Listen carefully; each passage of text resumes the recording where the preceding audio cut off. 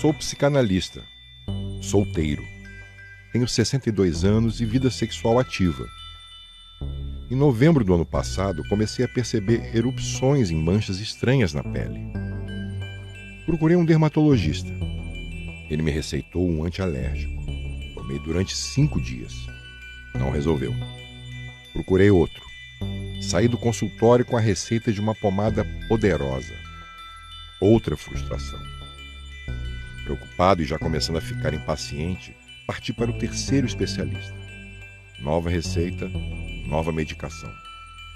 Dessa vez com cortisona. Tive uma melhora, mas depois de alguns dias as lesões voltaram com força total. Já estava bem pessimista quando cheguei ao 4º médico. Este, finalmente, antes de mais nada, pediu um exame de sangue específico. Quando saiu o resultado, quase caí duro.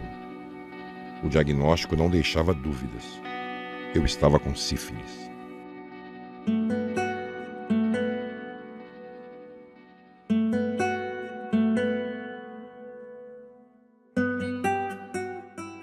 Não foi nenhuma nem duas vezes que quando eu falava em sífilis a pessoa falava: nossa, mas isso ainda existe, essa doença ainda existe, porque é efetivamente uma doença muito antiga, uma doença que está presente no imaginário popular, na literatura, nos filmes. Muitas pessoas se surpreendem em saber que a sífilis ela ainda existe, ela ainda está tão presente na nossa sociedade. Me chamo Pierre Freitas. Tenho 29 anos, sou assistente social. Em meados de 2003 para 2004, eu descobri que eu estava com sífilis, né? Na época eu tinha entre 14 e 15 anos e eu não tinha nenhuma informação sobre saúde sexual e reprodutiva. E aí eu fiquei um pouco assustado de estar com uma infecção que eu não sabia o que era, né? Nunca tinha ouvido falar. Sífilis é uma doença infecto-contagiosa de transmissão principalmente por via sexual, mas também de transmissão da mãe para o filho durante a gravidez. Infelizmente, a gente tem uma cultura que as infecções sexualmente transmissíveis as pessoas procuram, né? E não elas acontecem por conta da vida ativa sexual, né? E por uma falta de usar ou adotar algum método preventivo, né? A sífilis não escolhe idade. Se a pessoa é sexualmente ativa e não se protege nessas relações, ela tá sob risco em qualquer idade. Ao contrário do que a gente observava alguns anos atrás, hoje a sífilis ela não tem cara, a sífilis não tem cor, ela não tem sexo. A sífilis, na verdade, hoje é uma doença da pessoa sexualmente ativa que não utiliza de forma consistente os métodos de prevenção. A sífilis é uma doença muito antiga, já vem da época da Idade Média, assim, e matou muita gente. Infelizmente, está retornando de forma absurda. Desde 2011, nós estamos observando um aumento do número de casos de sífilis congênita e um aumento do número de casos de sífilis na população geral. E isso não parece ser um fenômeno exclusivo aqui do Brasil. A Organização Mundial da Saúde estima que todos os dias sejam diagnosticados pelo menos 1 milhão de novos casos de infecções sexualmente transmissíveis por dia. E dentre elas, uma que chama muito atenção é a sífilis. Este homem levou um susto quando descobriu que tinha sífilis. Fiquei assustado, não esperava o resultado, porque a gente nunca espera que vai acontecer com a gente. Desde o início dos anos 2000, a comunidade médica internacional já vinha alertando para o aumento do número de casos da doença transmitida pela bactéria Treponema pallidum. No Brasil, especialmente nos grandes centros urbanos, a infecção dava sinais de avanço rápido e preocupava as autoridades.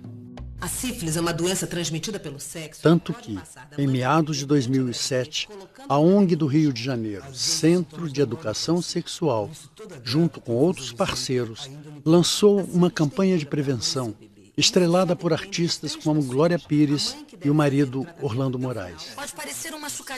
E ainda, a dupla Camila Pitanga, Tony Ramos. Você pode estar doente sem saber.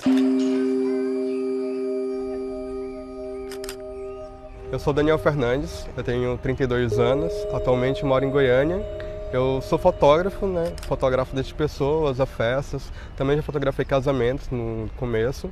E também eu sou youtuber. Eu tenho um canal no YouTube onde eu falo sobre minha vivência e outras coisas mais também. Muitas pessoas precisam de mais informações. Informação nunca é demais. Até para poder estar reduzindo um pouco mais o preconceito que ainda existe.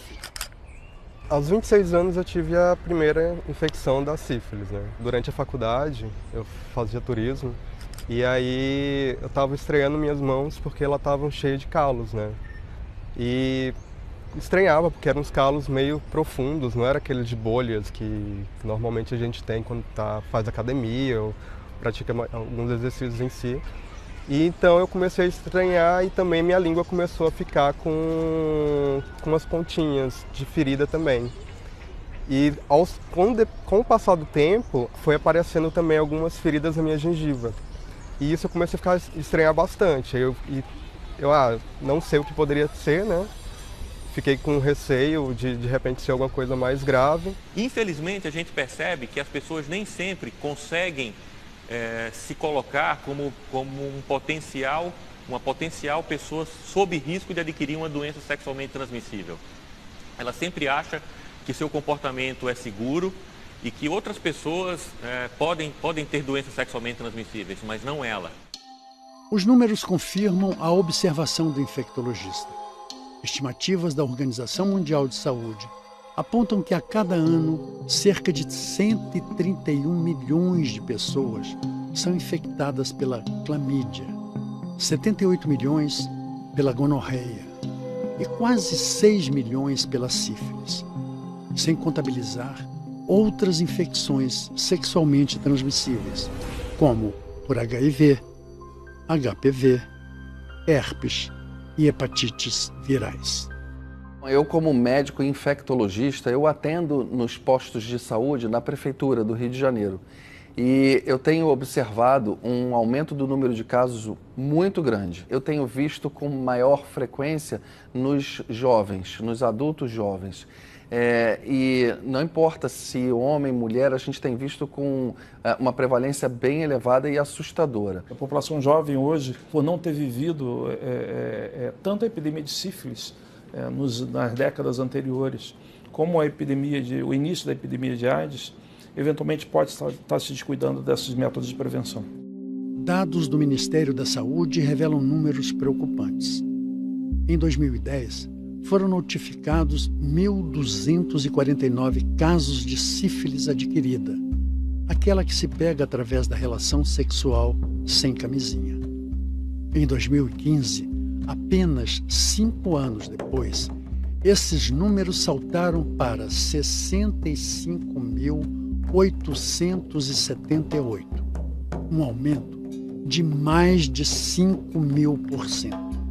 A sífilis realmente é uma infecção democrática, né? Ela não escolhe idade, não escolhe sexo, não escolhe classe social, né? Tanto que nós percebemos isso inicialmente aqui no nosso pronto-socorro, mas essa percepção foi confirmada nos pacientes atendidos em consultórios privados.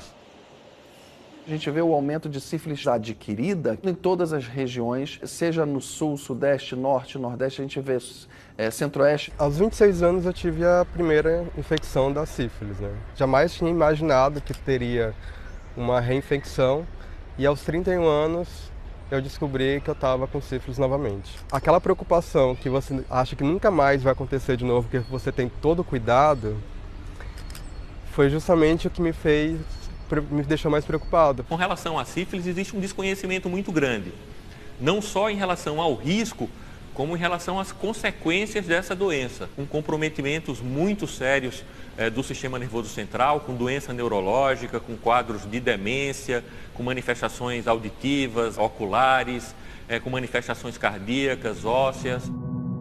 Essas imagens do ator Rodrigo Santoro são do filme Heleno, o Príncipe Maldito, sobre o polêmico craque do Botafogo, Heleno de Freitas, que fez muito sucesso no campo e fora dele, entre os anos 40 e 50 do século passado. Senhoras e senhores, com vocês, Heleno de Freitas. De família abastada, formado em advocacia, mulherengo, boa pinta, elegante e frequentador da alta sociedade, Heleno de Freitas morreu louco, vítima de sífilis aos 39 anos, no manicômio da cidade de Barbacena, em Minas Gerais. Talvez ele tenha sido a primeira celebridade brasileira vítima dessa infecção que no passado atingiu, entre outras inúmeras personalidades, artistas importantes como os escritores Oscar Wilde, James Joyce, Baudelaire, os compositores Beethoven, Schumann, Schubert, os pintores Van Gogh, Gauguin, Toulouse-Lautrec. Pesquisadores afirmam que o rei francês Luís XV e o mafioso Al Capone morreram de sífilis. E segundo alguns historiadores, até mesmo Lenin e Hitler teriam sido vítimas da doença.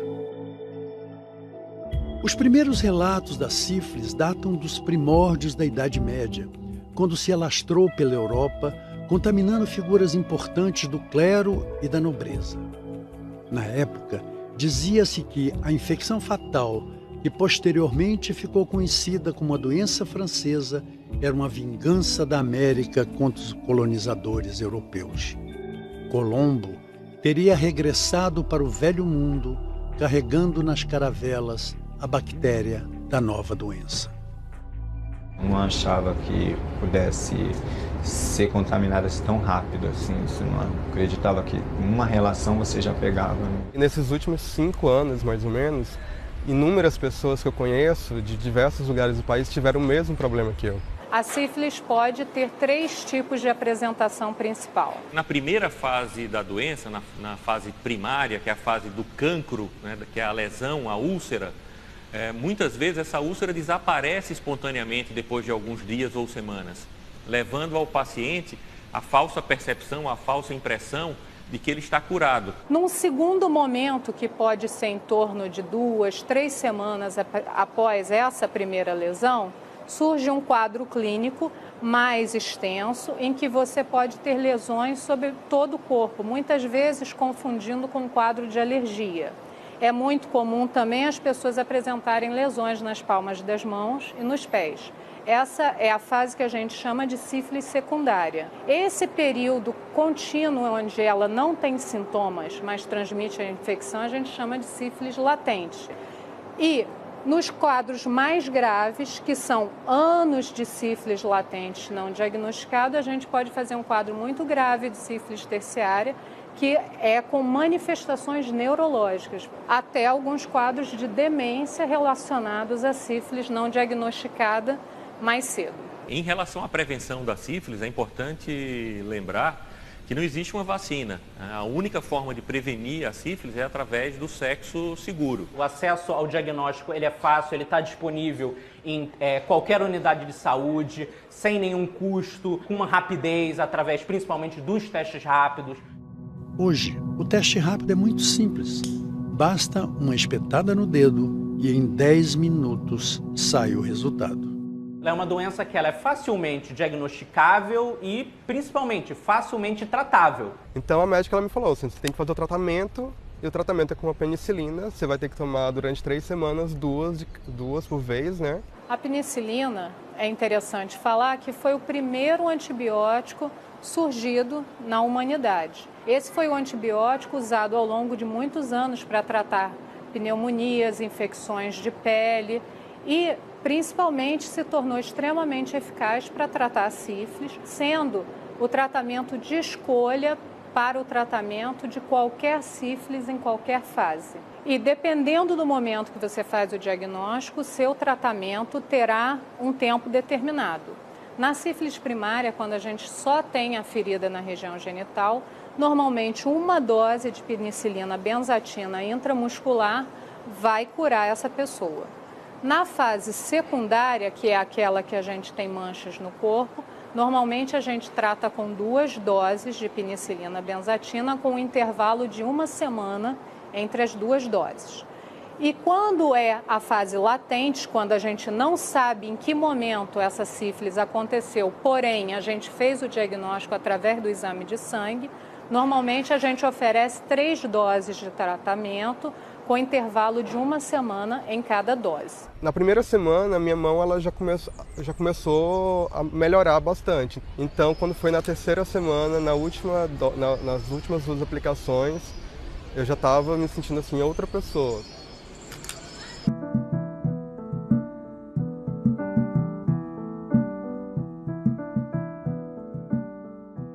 Eu me chamo Luciane Mancini, sou médica pediatra, diretora do setor de neonatologia do Hospital Leonor Mendes de Barros. Somos referência para a gestação de alto risco na capital, na zona leste da capital de São Paulo.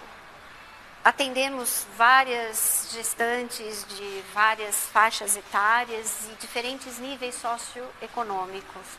Porém, algo que eu tenho reparado muito é o aumento no número de gestantes jovens, adolescentes, que são internadas na nossa unidade e portadoras de sífilis. Eu nunca imaginei que eu poderia ter sífilis da minha vida, nunca.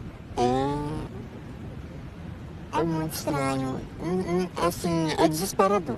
Isso é algo preocupante, porque o que eu noto é que essas gestantes muito jovens, essas meninas grávidas, elas não têm nenhuma informação, além da própria surpresa com a gravidez, elas ainda se deparam com o diagnóstico de sífilis, que é uma doença que elas nem têm ideia do que seja, do contágio, de como trata, não sabem sequer os riscos que isso pode trazer para a saúde delas e do bebê.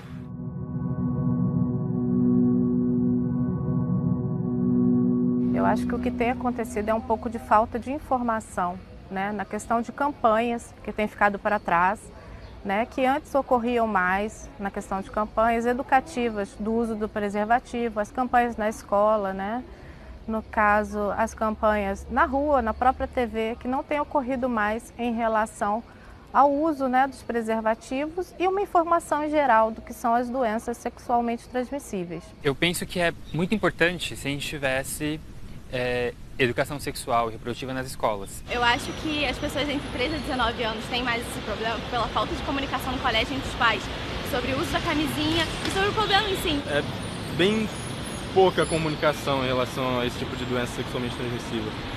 Principalmente a sífilis, a gente praticamente não fala. No 6º mês de gravidez, essa jovem de 16 anos ouviu um diagnóstico que jamais vai esquecer. Estava com sífilis. Ela não tinha noção do que era a doença. Não, nunca tinha ouvido falar. O choque foi ainda maior quando soube que a sífilis poderia passar para o bebê. Que ele podia nascer com alguma deficiência. Toda hora eu ficava me culpando. Falava, ai meu Deus, se meu filho nascer com alguma coisa, eu nunca vou me perdoar. Nos bebês, os sintomas eles são diversos, O pior deles é geralmente quando atinge o sistema nervoso central. Ele pode apresentar microcefalia, lembrando então que não só o vírus da Zika, que é responsável pela microcefalia, a sífilis congênita também causa, pode acarretar convulsões, malformações múltiplas nos bebês, acarreta também deformidades ósseas, dentárias, lesões de pele e uma série de outras, renal também. Então, a sífilis para o bebê, a sífilis congênita, ela chega a ser um risco fatal mesmo. Grávidas com sífilis podem sofrer aborto espontâneo no 1º trimestre da gestação ou terem bebês prematuros, que terão muitas dificuldades para sobreviver. É importante mostrar para as gestantes a importância do pré-natal mais precoce. A grávida sendo tratada corretamente, quase 100% de chance do feto não ser afetado pela sífilis, No Brasil, a notificação da sífilis em gestantes é obrigatória desde 2005. No ano seguinte, 2006, dados do Ministério da Saúde informam que foram registrados 3.508 casos. Em 2015, menos de 10 anos depois, os números chegaram a 33.381, um salto de quase 900%. No mesmo período, o número de bebês infectados que morreram de sífilis pulou de 67 casos em 2006 para 221 em 2015. E esses números podem ser ainda mais expressivos, porque num país de dimensões continentais, a subnotificação é uma triste realidade. Existia um pacto, né, do Brasil com a OPAS, a Organização Pan-Americana de Saúde, em que que o Brasil deveria, nos próximos 4 anos, diminuir o número de casos de sífilis congênita. E, ao contrário, o Brasil está 15 vezes acima dessa meta de redução do número de casos. A sífilis é uma doença curável, né? Mas tem que tratar. E tem que tratar a mãe e o parceiro, porque senão ela se reinfecta. E aí a chance do bebê adquirir essa doença é ainda maior. Então é importante entender que toda e qualquer pessoa, ou porque tem uma suspeita, ou porque tem uma preocupação, ou soube que um parceiro fez o tratamento ou foi diagnosticado, deve buscar o serviço de saúde e solicitar o exame. Principalmente porque a sífilis não apresenta sintomas o tempo todo. Ela tem momentos que ela pode ter sintomas e momentos que ela não tem. É importante dizer também que quando se fala em doença sexualmente transmissível, nós estamos lidando com a família, não só com o bebê. E o diagnóstico, né, a informação do diagnóstico de sífilis, isso pode trazer muitos desconfortos para os pais, principalmente quando uma sorologia de um é positiva, do outro é negativa, gera uma questão muito polêmica. E eu já vi, infelizmente, muitas famílias se dissolverem neste momento. Hoje em dia eu penso assim, eu com 32 anos tive 2 infecções de sífilis, né? E o tratamento, por mais que você saiba que com o tratamento você acaba se livrando em si da bactéria, da sífilis em si, mas não é bacana, sabe? Se você pode não ter, na verdade, evitar o máximo possível, é a melhor coisa que você faz. Porque não adianta você pensar assim, nunca vai acontecer comigo. Bom, aconteceu comigo 2 vezes e olha que em todas elas eu achei que eu estava me prevenindo. E também não é só em relação a sífilis ou HIV ou qualquer outra coisa, porque existe uma diversidade de doenças sexualmente transmissíveis e elas não escolhem quem pegar, na verdade, sabe? Pode ser um homem, mulher, independente da orientação sexual, da classe social, ela não está ali escolhendo você especificamente. Você tendo uma vida sexual ativa, é necessário você sempre estar fazendo seus testes, tomando o máximo de cuidados possíveis, jamais esquecer a camisinha, porque a camisinha é o meio mais simples, na verdade, de prevenir qualquer tipo de DST.